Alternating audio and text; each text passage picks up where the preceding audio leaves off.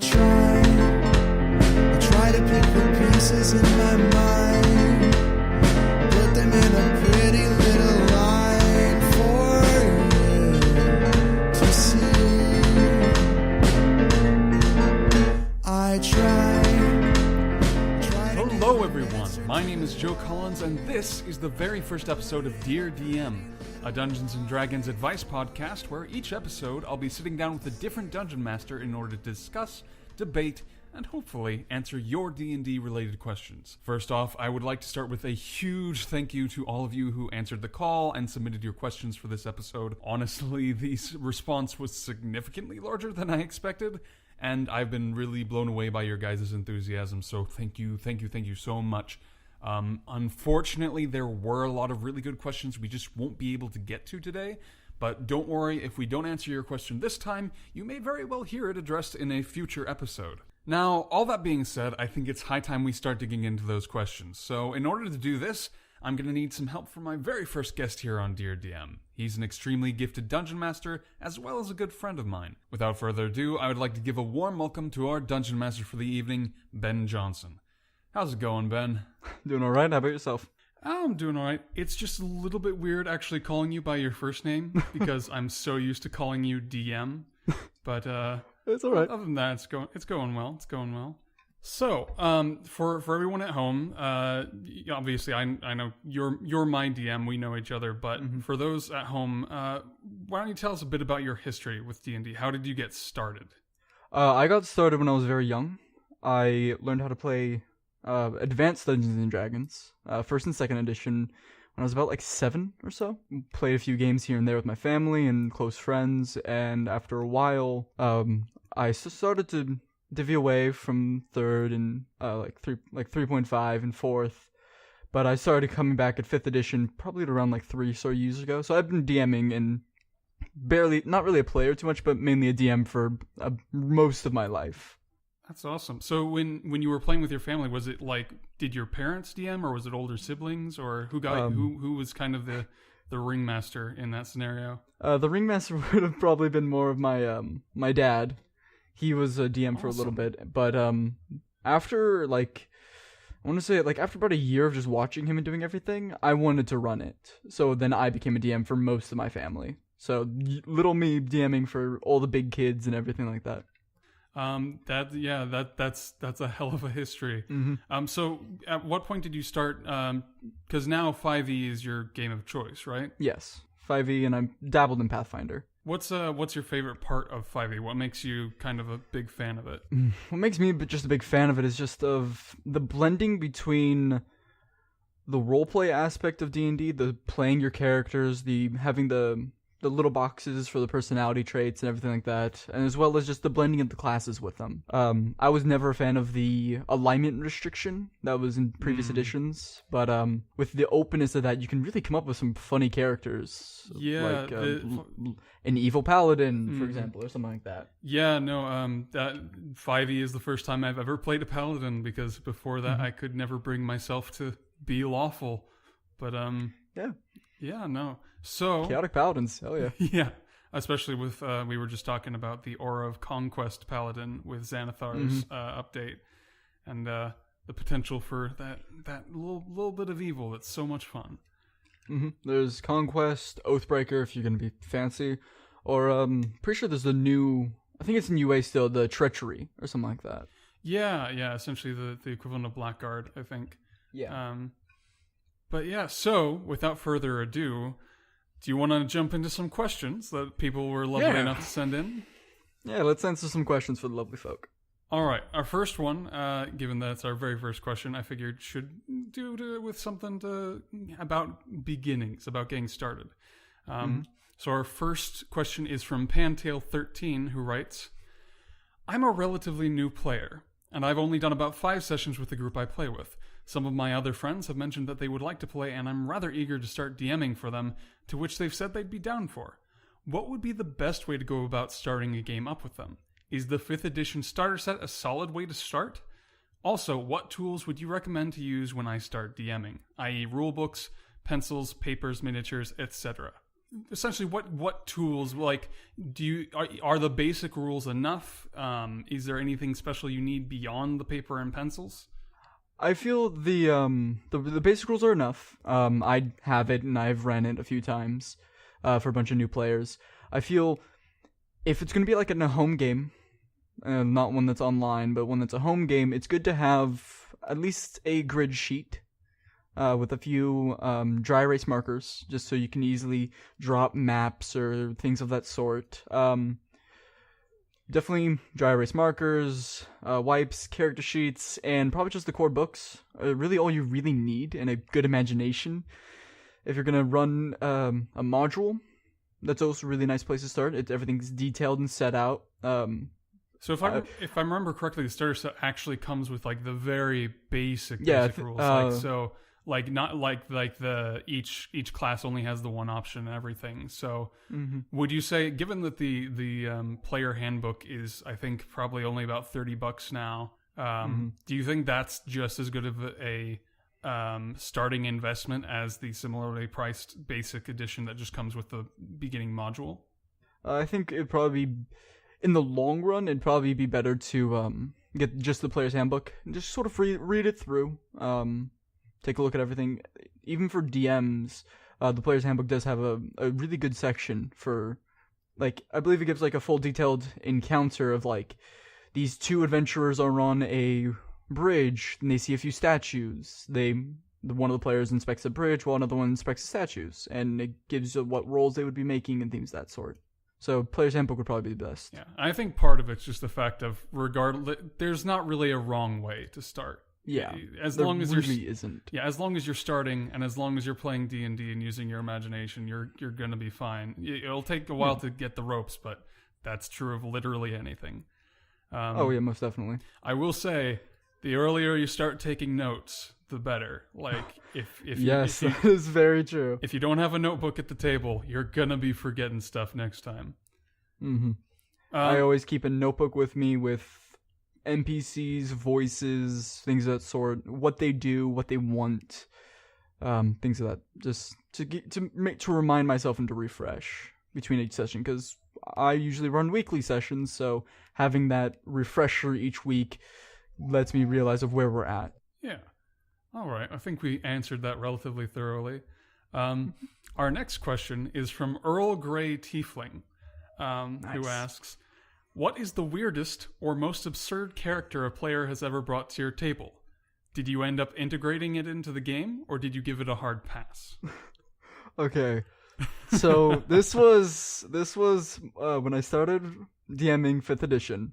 I ran a home game for about 2 or so years. And definitely the most crazy character came out of one of my friends. He had no idea what was homebrew. He knew the player's handbook stuff. He's been playing like a barbarian up until this point, and he's been having a lot of fun with him. But he decides, I want to try something different. So he came up with the idea of a drow, a female drow, who is a wild magic sorcerer, but she wouldn't cast spells. I tried talking to him. That seems a bit unorthodox, I'll give you that. Yeah, like, just for the awe aspect was that one, but for sheer randomness, definitely a bear folk luchador was probably one of my more favorite random ones from a good friend of mine. That is wonderful. That, like, and so did the sorceress just like use a crossbow and ignore like all of the spells? She ended up using like a dagger, and as a sorceress, she used the abilities that she would have gotten, like the meta magic and everything like that, to use them for like ability checks. Like she wanted to attempt to do things like that. She wanted to be like the skill monkey without being a skill monkey. All right. And so it's the most roundabout rogue of all time. Yeah. Yeah, pretty much. That the luchador reminds me of one of my favorite PCs that came to my table. Well, actually, I should say 2 of my favorite, because in a recent game that I ran in a homebrew setting, 2 of my players came to me before session 0 and said, "We want to be related or know each other before the game." I'm like, "Oh, sure, that works. That's fine. What's your background?" "Well, we're both Goliaths. We're both barbarians, and we're taking this homebrew path of the brawler. And essentially, we are literally like pro wrestlers. One of them sounded almost exactly like Randy Savage, and it's pretty great. I think they had it was in Roll20, and they literally had, I think, 30 different finishing moves listed out in their attacks. I was hoping you were gonna say something. Yep. That'd be great. It was fun. That's basically what the Luchador had, but it was actually a part of the class. Like, there were finishing moves that just did different things. The best part was their very first payday. The very first thing they ever spent gold on was getting new wrestling outfits. Gold well spent. Nothing better to spend it on. Why would you use your fists? Don't have to spend money for that great axe. No, I got my fists. It's like a monk. It's like a monk, but like more drunk. Grapple. Drunk monk. Yeah. Next question. Is similar to the first one, but a bit more detailed. R. Tiding asks, how should you go about session 0? Do you roll stats? Do players show up with an idea already? And how much do players find out about the other players' characters beforehand, etc.? Okay, this is something that I've heard and gotten a lot from a bunch of people. What I do personally, I have my players roll stats. I have a specific formula that I use, because most of my campaigns they go into. I don't like running short campaigns too often. I like the long overarching stories and things of that sort. So if my players wish to know each other, I allow them this and let them tie each other into backstories and things of that sort, and I'll include it into the game and I'll make it flesh out later on. But like stat wise, I have people roll. I think I do. It's like 6. It's really weird and unorthodox, but you have a higher chance of getting a higher stat and a very good chance of getting a really low stat, because no character is perfect in my eyes. It makes it a bit more interesting than the standard array. Yeah. But I always give the people the opportunity. Like if they roll really poorly, I'll let them roll a D100 against me.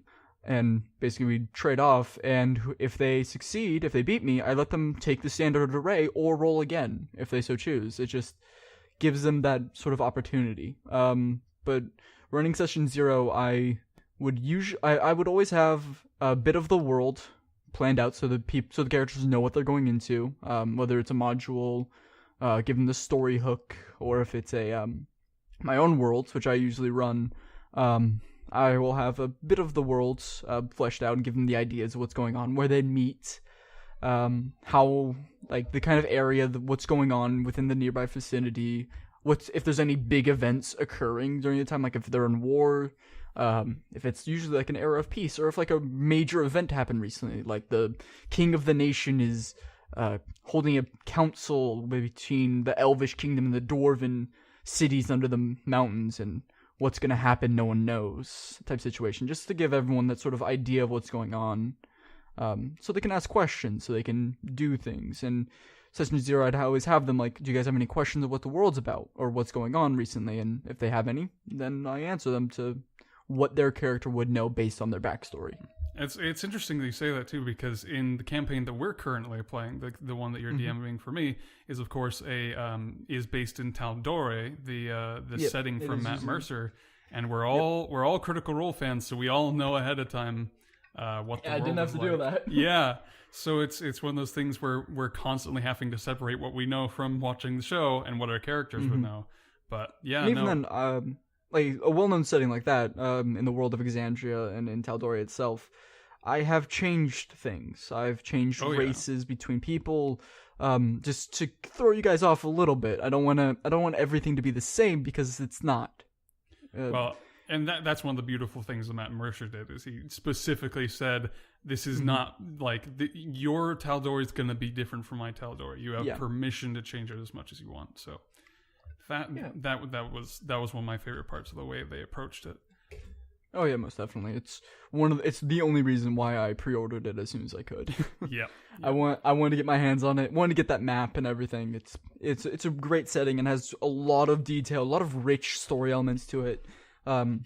with each city and with each large order of people, there's a little spot separated for the people of interest, of people you should keep in mind if you want to like have like a cool story thing going on, or if one of the players wants to find whoever runs the city. Hey, look at that! You're in Whitestone. You found Percy. Things like that sort.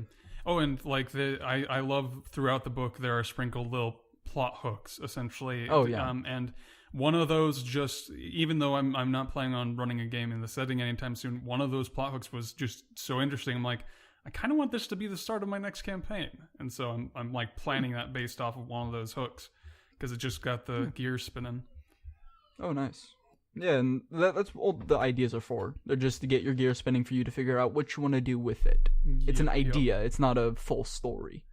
Yep, and the fact that it's just the beginning of the story lets you get that starting point and jump off. This next question I'm very excited about. It's from Charisma Dump, who asks, "My players have a running joke that every chest they're going to open will turn out to be a mimic. I don't know if they know a mimic can be pretty much any mundane object. What would be the best way to surprise them with a mimic when they least expect it?" I have a good one for this. One that I've actually ran before. Just to get rid of the idea in the sense of mimics or chests, I would take, and you can choose to do this. It's a little awkward, but have this old tavern and inn just somewhere within the city. No one really goes to it because of like disappearances. It's like that's where the thieves guild, all of them, they hang around that place. That's their pub basically. And have a room or even the building itself turn out to be a mimic. And you go inside, it's fully furnished, everything looks nice. But as soon as you get like that air of just like, all right, we can hang out here for a little bit, the door closes and you start to digest. It's like a gargantuan sized mimic, but definitely like a room or a building itself being a full mimic. That's always fun. Or even like the ladder in the dungeon is always nice. That's leading up into the mimic. That's a good one. I personally, my favorite that I've ever done is it was a scenario of they walk into a room in a dungeon, and in the middle of the room, there's nothing of note in the room except for the middle of the room on a small pedestal is a gleaming chest with a ray of light directly shining upon it. They spend God knows how long trying to find out if it's trapped, trying to find out if it's locked, trying to figure out if it's a mimic. And at the end, they just find, oh, it's just a chest full of gold. There's nothing wrong. What they don't know is that every exit to that room is a mimic. Every door is a mimic, and it's just when I get to see the faces when they realize and hear the curses and the threats, it's a good day to be a DM. Yeah, that's one of the little pleasures that I get as a DM is just how can I tweak things enough to get the suspense in the air as well as them to be incredibly mad by the end of it. Yes. So we might take a quick break from questions because I want to do something a little bit different. Do you have... I think I know the answer because I know you usually do, but do you have any D20s available? I have quite a few. I have my metal set that I use for our game. Good. Right now. They can get that good audio clang going. Yep. All right, so what we're going to do, and this is entirely experiment. It may work, it may not, but we're going to generate a couple of characters. I have made a couple of tables. We'll roll 4 times for each character. First roll will be for the race of the character. Second roll will be for the profession. Third roll will be for the background. And fourth roll will be for their character quirk. Then, once we have, let's say, 3 characters, we pick the one we like, and then have people listening at home write a bio about that character as kind of a challenge to see what happens. And then the next week we can read the results of whichever story amused us the most. So, yeah. That sounds like fun. Yeah, so the community involved. So, yeah. Indeed. So you wanna grab one of those D20s, get it ready? All right, I got it. All right, first roll is going to be race. 7. That's a gnome. We're off to a good start. Yes, gnomes, always the fun ones to have around the party. Jokers of the group. All right, second one. Profession. That is a 2. Barbarian. All right, gnome barbarian. We're developing a character. And the next one is background. All right. 20. Bounty hunter. Okay. There, that barbarian bounty hunter. You could definitely see that. Now this is going to be where it gets a bit more interesting. The next one is for their quirk. All right. 17. They refer to themselves in the third person at all times. So, in my head, this is kind of another, like, professional wrestler gnome, but just constantly referring to themselves in the third person and punching people that they've been hired to punch. Mm-hmm. All right, so that's option one. Let's do one. 2 more real quick. Let's remember right. gnome barbarian bounty hunter who refers to themselves. All right. First one is an 18. That's lizard folk. Ooh, I've never actually had someone play lizard folk yet. It's because I think it's because Dragonborn is an option and lizard folk is just like Dragonborn, but like from Without the swamp. breath. Yeah. All right. 12. 12 is warlock, lizard folk warlock. Okay. It's like a path of the fiend. Yeah. Pact of the fiend. All right. A 2. Charlatan. Yeah, I can see that. Yeah. Tries to con people. Makes sense. And a 4. Is always late to any given appointment. So, yeah, that makes sense. A charlatan lizard folk warlock who's always late to their little their little schemes. The fiend that he's tied to is just he's trying to get him over there, man. He's just his patron is just really pissed that he rarely shows up to the summoning circle on time. He's just like, yo, you got to go on some adventures. Come on, where are you at? You're supposed to be here at 4. It's 7. All right, let's do one more and see which one of these is our favorite child. All right. 7. 7. That's another number. Let's re-roll ones that we get duplicates. All right. 13. Goblin. Goblins are always interesting. They're the green gnomes in reality. Yeah. 10. Druid. 16. That is anthropologist. All right. And natural 1. Always hugs full body contact regardless of the relationship. So we've got I can see a goblin doing that. Yeah. I may have to use that character. All right, yeah, a goblin hippie who just what did we do for background? It was the anthropologist. Okay, yeah, anthropologist. So it's like a goblin college professor that's been to Burning Man too many times. Like, yeah, but he takes it a little too seriously. But like, he's the professor that greets all of his students at the door with a big hug, regardless of whether they want it or not. Which, since he's a goblin, the answer is probably they do not want it. But they'll never see him coming because of his small size and how stealthy they can be. True. So I don't know about you, but probably Goblin Anthropologist is my favorite of the 3. That has to be my favorite. It was it was the gnome for a little while, but the Goblin Anthropologist just sounds so funny to have. All right, so everyone listening at home, you know what to do. You can submit if you want a small bio or a short story or fan art, whatever you want, whatever inspires you, based on a goblin druid anthropologist who hugs everyone with full body contact. That should I really hope we get some submissions for that. That could be fun. This is gonna be interesting. Excellent. All right, now let's get back to the meat and potatoes of what we do here on Dear DM. Let's get to some questions. Let's see, where were we? Ah, yes. Leonin Jester 12 asks, how do you determine the DC on skill checks? A deceivingly simple question. Yes, very deceivingly. For most part, I will just I'll take the ones that they have in the Dungeon Master Guide for easy, impossible, and everything in between. I think it's I'll- 5 is easy, medium is 10, 15 is hard, 20 is really hard, and And then like 25 and 30 is impossible. 30 is described as near impossible, I think. Yeah. Yeah.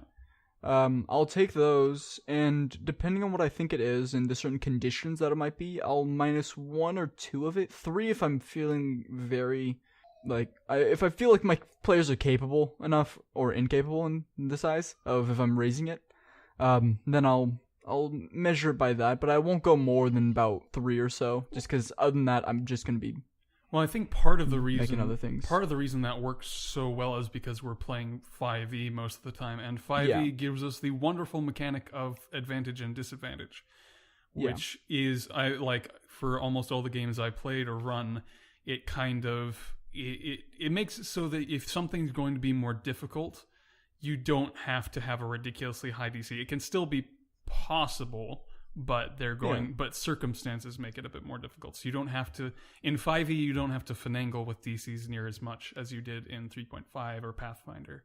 Yeah, most definitely. Like Pathfinder, I think they have a lot more stricter system when it comes to the setting DCs and things like that. While 50 is pretty free-flowing just because of the narrative and things that you can make out of it.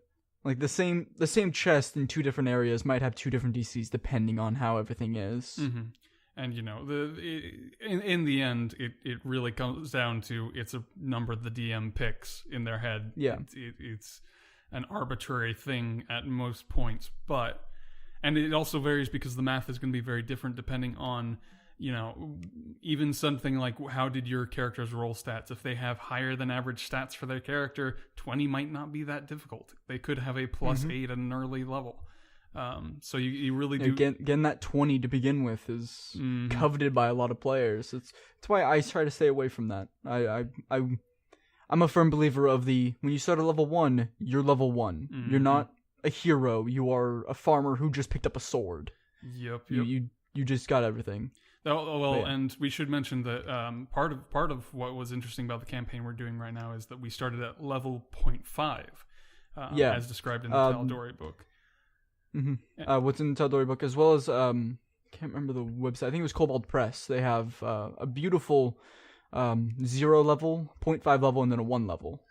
They're all a little bit different from what's the starting is, and that's just because I wanted to start off the game with players and characters who were not adventurers. They are being thrown into it at some point, or are being pushed towards it by some other entity or person. In your guys' case, it's succubus, and you're having to figure out the ins and outs to becoming that adventurer. And I will say, I thought it worked extremely well. One, because I have never been afraid of a kobold before, but when you're level 0.5, you're like, oh, these are kobolds. They kill people, and I'm just a person. You have a D4 health plus con, and it the kobold with just a scale sorcerer, a CR2 creature that a first level player could easily wipe the floor with. Nearly got us a TPK in the first 15 minutes. Yeah, just because of it has spells, it has things that you don't have. And given that sense of fear is what your characters would go through. Well, and it also made it so it was much more interesting to start, because my character is an alcoholic elf named Callum, who had no real experience with anything other than running a shop and selling illegal stuff, but was sort of thrust into this, and in the process learned that he was a draconic sorcerer. And learning that through playing it, by doing the moment of, oh shit, I now have magical powers, getting to roleplay that rather than have that be backstory it was honestly one of my favorite moments that I've ever had during a game, is just that that all of a sudden, to roleplay how it feels all of a sudden to be able to shoot fire out of your hand is something I hadn't gotten to do before. Yeah, and that sort of experience you just don't get a lot of times, because usually that is just backstory, because most campaigns, at least that I've seen, I've been lucky enough to play in, usually start out 3rd or 2nd level. But starting out that below 1st level kind of gives a lot of character development. in my eyes. Well, and especially if it's role played right. To be fair, it can go the other way. That's redundant. Yeah, true. But it can go. I think it can also go the other way in that, as most people who play D&D regularly know, you rarely make it to like past level 9. The campaign usually like falls apart or scheduling happens. You rarely get to make it that far. And so I've had it where I'm with groups of people saying, all right, we've played through up to level 5 like a dozen times through various campaigns. Let's start there this time so we can experience the higher levels. But I think both work. I think it's just a matter of what the group wants.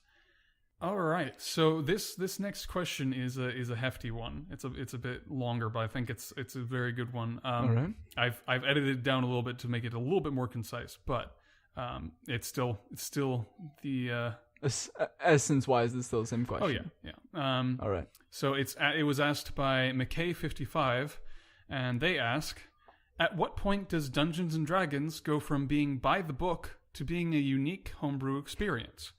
I know many players and DMs who like to run the entire campaign by book, emphasizing use of ability checks, alignment, and only using the systems and stats provided by the books. In comparison, I also know DMs and players who use these books and given information as a reference instead of the end-all be-all. They go on to give the aspect of how HP works as an example, saying, if I as a player end up in a situation where an assassin has a dagger by my throat, I know game-wise he can only do 1d4 plus whatever damage. What if I have around 80 to 100 HP? I should laugh at this. But in some other campaigns, the DM might say, if you catch someone in that kind of situation, it's a dagger to the throat. You're going to die.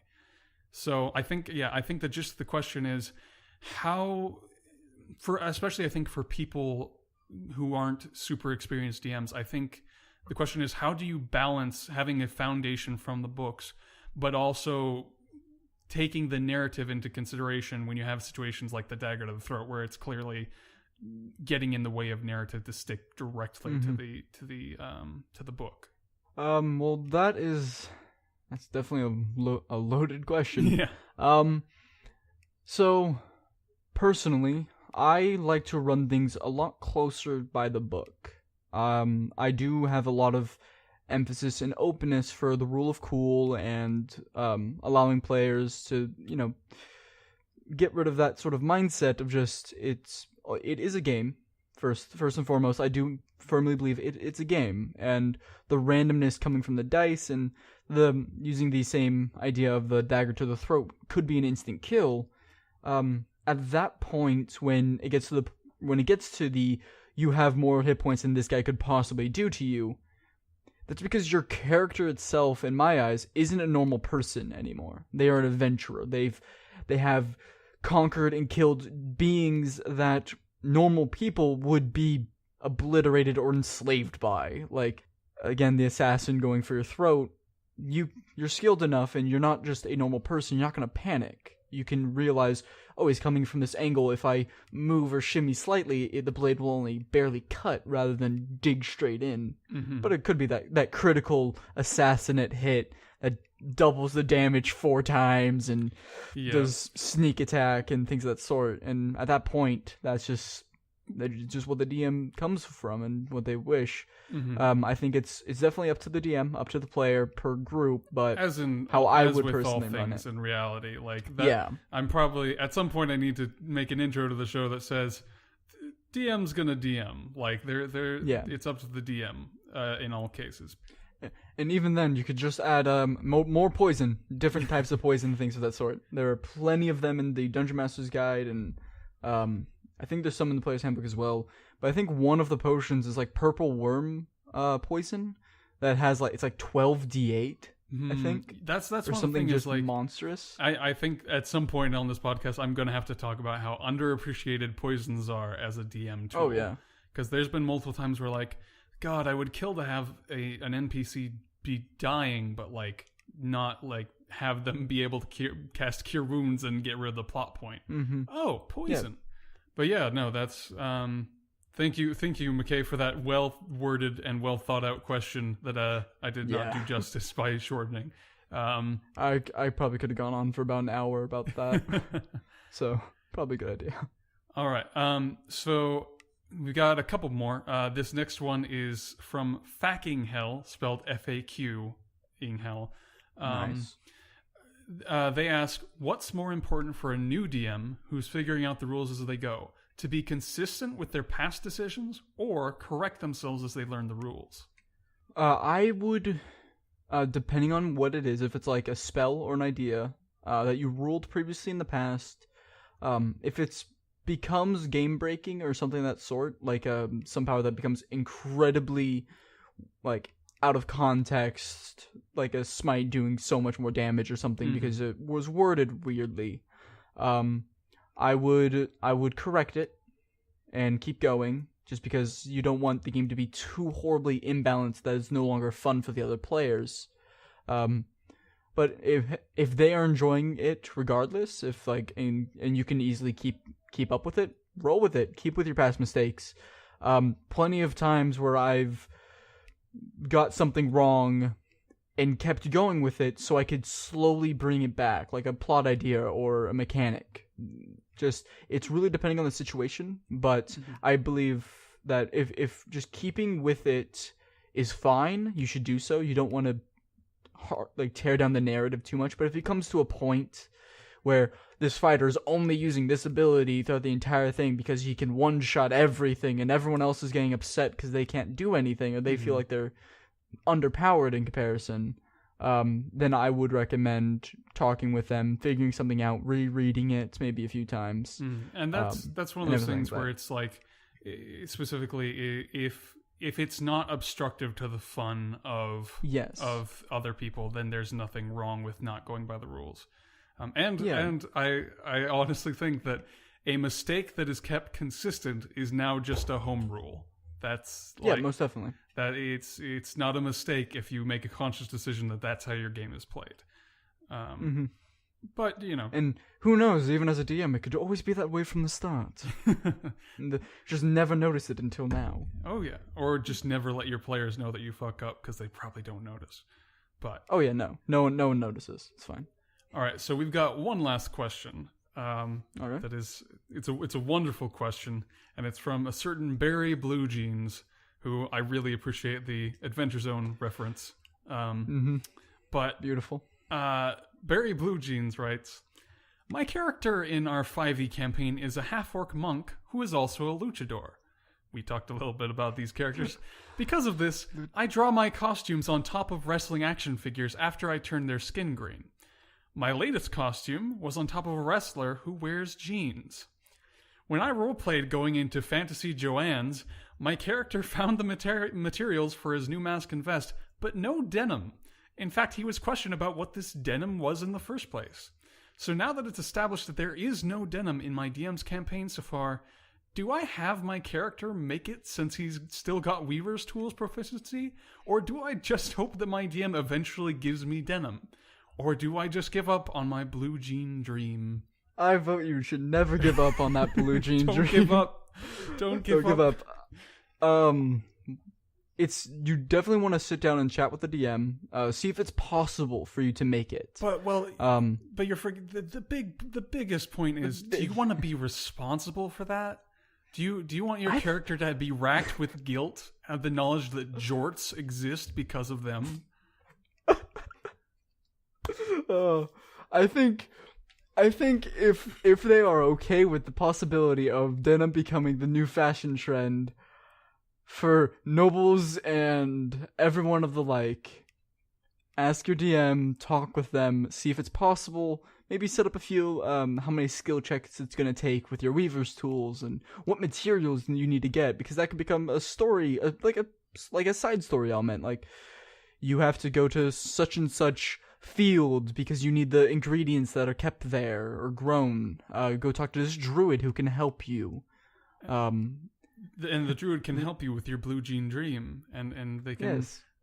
I like the idea that I do like the idea of making sure that it's something earned, simply because it's like, this is similar to the way that for example, a gunsmith in a campaign where guns are new might have to create something by doing skill checks and getting materials and everything. But I love that it's simply so that their character can canonically wear jeans. Like, That is such a good goal in my mind. Yep. And for some people, all they need is that dream for those blue jeans. Oh God, That's all they need.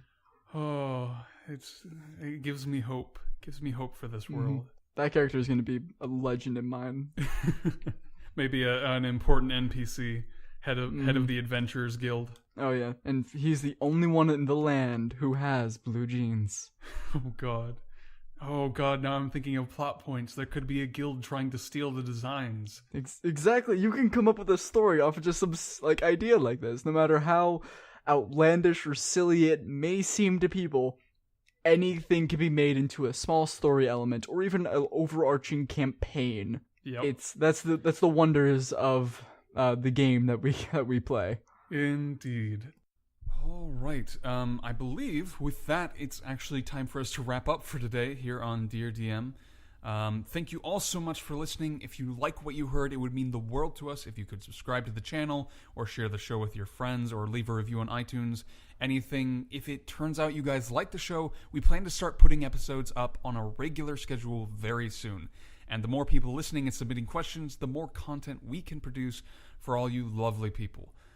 So also, if you want to have your question answered in a future episode, you can tweet it to us at DearDMPodcast or email us at deardm.submit@gmail.com. I would also like to give a huge thank you to my dear friend Paul Parisa for letting me use his track Whether or Not as our intro and outro music. Paul is an amazing musician and a gem of a human being who I've been lucky enough to perform with many times in the past, so please check him out. You will not be disappointed. Now, in the future, I think I want to end the show by having the listeners send in like funny or epic tales from their games, like a la D&D green text style. And then we can read them on the air, but since we don't have any stories to choose from at the moment, I want to try something else before we go. Alright. I want you to bring up a dice roller online and roll me 3d500. Okay. Roll them separately. Roll a d500 3 times. Alright. Dungeons and Dragons dice roller. 500. There we are. 336. All right. So there's a bit of a folk tale. Not necessarily a folk tale, but there's a legend of a man named Mr. Welch. And there is a list of 2,475 things that Mr. Welch is not allowed to do in tabletop games because of previous experiences. I have decided that we are going to read 3 random selections from the first 500. What was the number again for that? 336. 336. 336. 336. Mr. Welch cannot start a Cthulhu character with a pre-existing hatred of books, altars, and cutlery. It is not allowed. I would not. I would actually probably want to be in that game. That'd be fun. I feel like you wouldn't find anything out until Cthulhu steps on you. I think you'd just be sitting in your living room still. You'd just be watching the weather and it just gets suddenly stormy. You're wondering why. It's winter. It's fine. Yeah. All right, give me another D500. All right, 484. 484. If the word mullet appears anywhere on my samurai's character sheet, he's vetoed. Now, keep in mind, this means this has happened enough times that the mullet samurai is a consistent problem. Oh wow, that'd be quite interesting having a mullet samurai. Though you could probably have that going on, and it could even be just. It could be just the character doesn't even realize it. It's just the hairstyle that they chose just resembles that of a mullet. I don't know. I think in any game I'm running, canonically, a mullet is a mullet, and all the connotations carry over. Probably. Like that's going to be a universal fact. All right, give me one more. All right, one more. Wow, 2. 2. I gotta scroll way back for that. A one-man band is not an appropriate bard instrument. I've got to disagree with that one. You can do so many things if you're just a single bard. I've seen it happen. Oh, who needs concentration? You got 5 instruments. All right, but I think that's going to wrap it up here at Dear DM. Thank you so much, Ben, for joining us. Thank you for having me. It has been a delight, and that is where we'll leave off. God, I need like a catchy sign off now. I should have thought of that ahead of time. Shit. I'll